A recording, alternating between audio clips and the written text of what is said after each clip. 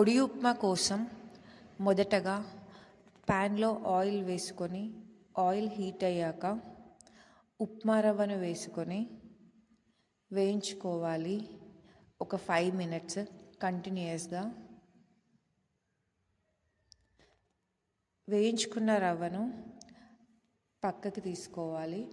ఇప్పుడు అదే ప్యాన్లోకి ఆయిల్ వేసుకొని ఆయిల్ హీట్ అయ్యాక పల్లీలు, శనగపప్పు, మినప్పప్పు, జీలకర్ర, ఆవాలు,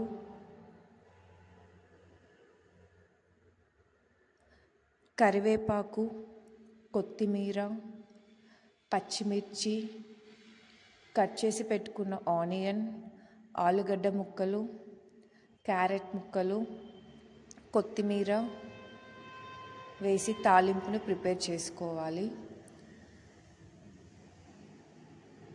ఇప్పుడు ఇందులోకి 1 గ్లాస్ ఉప్మా రవ్వకి 1 గ్లాస్ చొప్పున వాటర్ యాడ్ చేసుకోవాలి. అలాగే టేస్ట్కి తగినంత ఉప్పుని వేయాలి.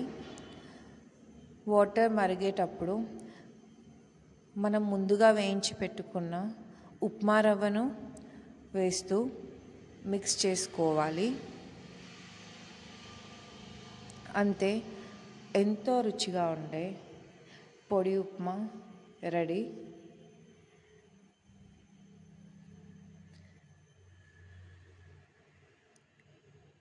And thanks for watching the video.